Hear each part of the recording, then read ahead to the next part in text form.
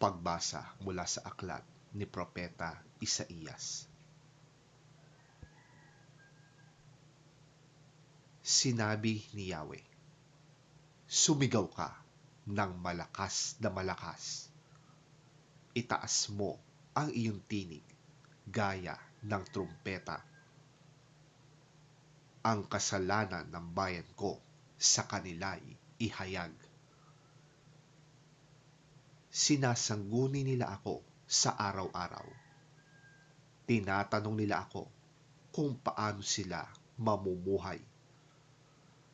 Kung kumilos sila ay parang matuwid at hindi sumusuway sa mga tuntuning ibinigay ng kanilang Diyos.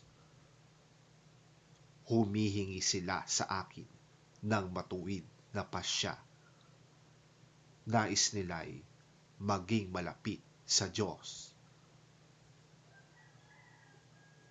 Tanong ng mga tao, bakit hindi mo pansin ang pag-aayuno namin?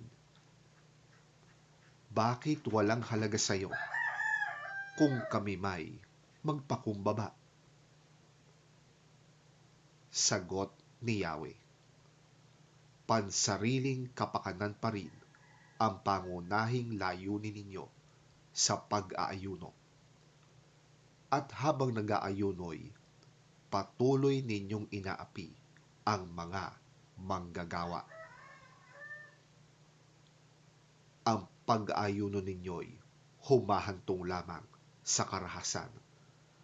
Kayo'y nagkakagalit at naglalaban-laban. Hindi tunay ang pag-aayunong ginagawa ninyo ngayon.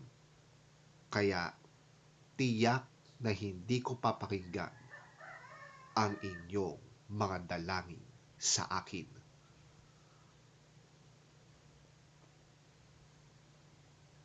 Ganyan ba ang pag-aayunong aking kaluluguran?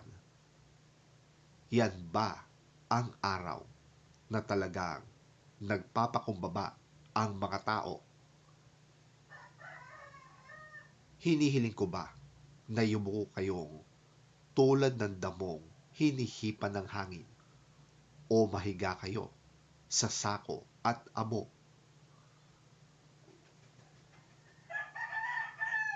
Pag-aayuno na ba ang tawag ninyo dyan? Isang araw na nakalulugod kay Yahweh. Ganitong pag-aayuno ang gusto kong gawin ninyo. Palayain ninyo ang mga di makatarungang ipinabilanggo. Kalagin ninyo ang tanikala ng inyong mga inalipin. Palayain ninyo ang mga inaapi at baliin ang mga pamatok ng mga alipin. Ang mga nagugutom ay inyong pakainin. Ang mga walang tirahan ay inyong patuloyin. Ang mga walang maisuot ay inyong bigyan ng mga damit. At sa mga nangangailangang mga kamag-anak ay huwag kayong magkakait.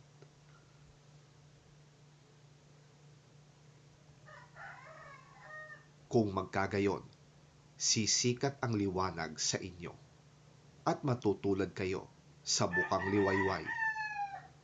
Hindi magtatagal at manunumbalik ang inyong kalusugan.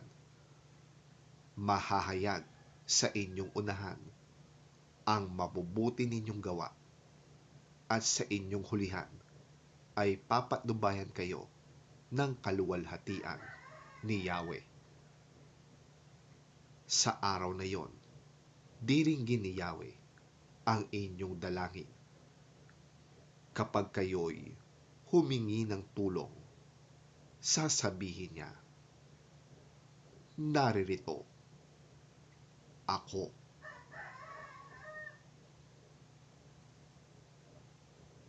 Ang salita ng Diyos. Salamat sa Diyos.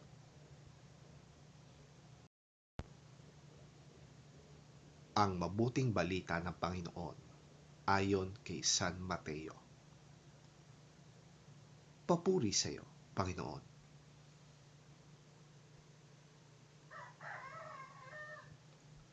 Lumapit kay Jesus ang mga alagad ni Juan na tagapagbautismo at siya'y tinanong, "Kami po ay madalas mag-ayuno, gayon din ang mga Pariseo. Ngunit bakit hindi po nag-aayuno ang inyong mga alagad?" Sumagot siya, "Dapat bang malungkot ang mga panauhin sa kasalan habang kasama pa nila ang lalaking ikinasal? Kapag wala na ito, saka pa lamang sila mag-aayuno."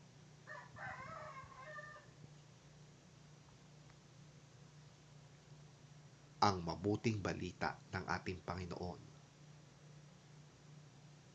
Pinupuri ka namin, Panginoong Hesukristo.